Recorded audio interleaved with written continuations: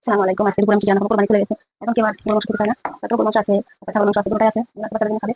এখন কি রান্না করবো? মুরগি। তারপর গরুর কলিজা ভুনা করবো। শেয়ার করবো কিভাবে করবো। কলিজা ভুনা করি সেটা আপনাদের শেয়ার করবো।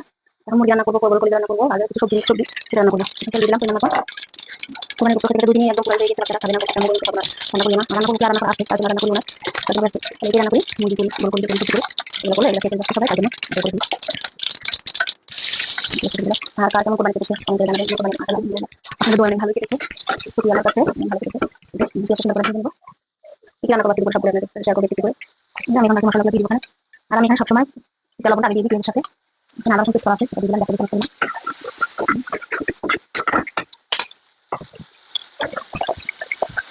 আমি দিয়ে এখানে মরিচের গুঁড়া আছে এখানে। ঝালটা আপনাদের পরিমাণ মতো দিবেন, আর দিলাম মরিচের গুঁড়া। মাংসের মশলা, মিক্স মশলা।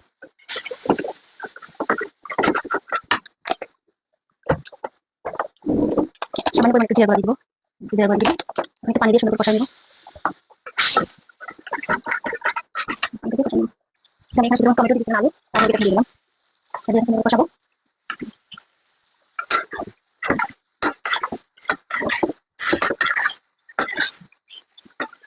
সুন্দর লাগতে দেখেন কালারটা।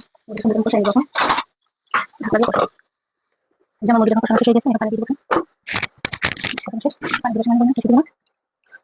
মাখা মাখাতে রাখবো। মাখা মাখা রাখবো, গোটা গোটা ঢাকা দিয়ে দিবো। এই সাইড থেকে আমি সবজিটা বসাই দিচ্ছি। এই দেখেন সেটা দিচ্ছি। এই যে কাঁকরোল, আলু, বেগুন এটা বসাই দিচ্ছি 3 দিয়ে সুন্দর করে। এই যে মুরগিটা হয়ে গেছে। মুরগিটা মধ্যে মাখা মাখা হয়ে গেছে। এই যে মুরগিটা মাখা মাখা করে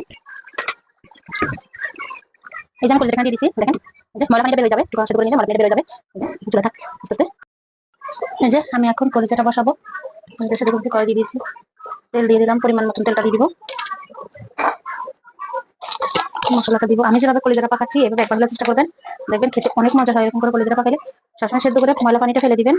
কলিজাতে এমনিও জীবাণু থাকে, সেগুলো সবাই জানেন। তার জন্য একটু সেদ্ধ করে পানিটা ফেলে দিবেন। আর আগে একটু লেবু দিয়ে ধুয়ে নেবেন। আর একটু ভালোভাবে লেবু দিয়ে ধুয়ে নিলে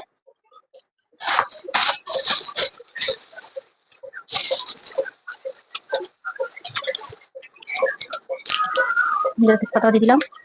এখন পেঁয়াজ কুচি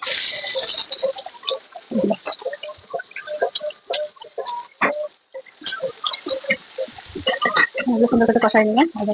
মশলাটা একটু হবে, পেঁয়াজটা নরম হবে। পেঁয়াজটা আমি একটু লবণ দিয়ে দিব। আমি সবসময় লবণ দিয়ে পেঁয়াজটা সিদ্ধ করে নিই। লবণ দিলে পেঁয়াজটা একটু নরম হয়। একটু লবণ দিয়ে দিলাম, 1 চামচ আর অল্প একটু দিলাম। সুন্দর করে পেঁয়াজটা যখন একদম নরম হয়ে যাবে, এরকম লবণ দিয়ে পেঁয়াজটা ভাজি করলে একদম নরম হয়ে যাবে। বাকি মশলাগুলো আরেকটু পরে দিব, একটু নরম হোক পেঁয়াজটা। তারপর আদা রসুন বাটা দিব 1 টেবিল চামচ পরিমাণ।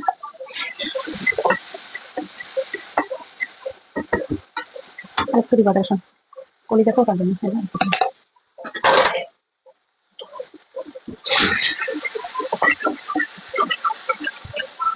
আদা রসুনটা দিয়ে দিলাম। এখন মরিচের গুঁড়া দিব। কলিজাটা একটু ঝাল দিব, ঝাল ঝাল পাকাবো। মরিচের গুঁড়া 3 চামচ আর একটু দিব 1 চামচ দিলাম। আপনারা ঝাল যেভাবে খান সেভাবে দিয়ে দিবেন। আমি একটু কলিজাটা একটু ঝাল ঝাল পছন্দ করি, তার জন্য দিয়ে দিলাম হলুদের গুঁড়া।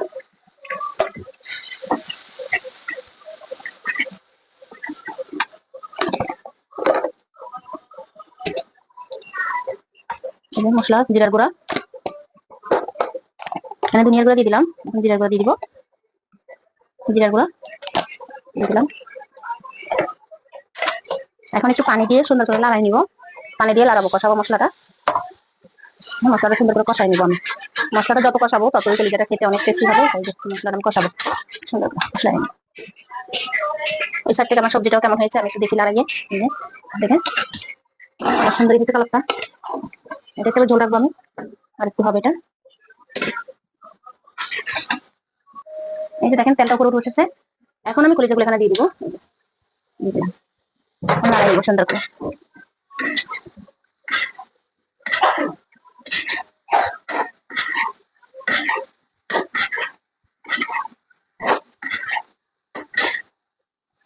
কলিজাটা সুন্দর করে কষাবো। কষানোর পর পানি দিব, সুন্দর করে কষাবো। কলিজাটা কষানো শেষ হয়ে গেছে। এখন পানি দিয়ে দিব ওখানে।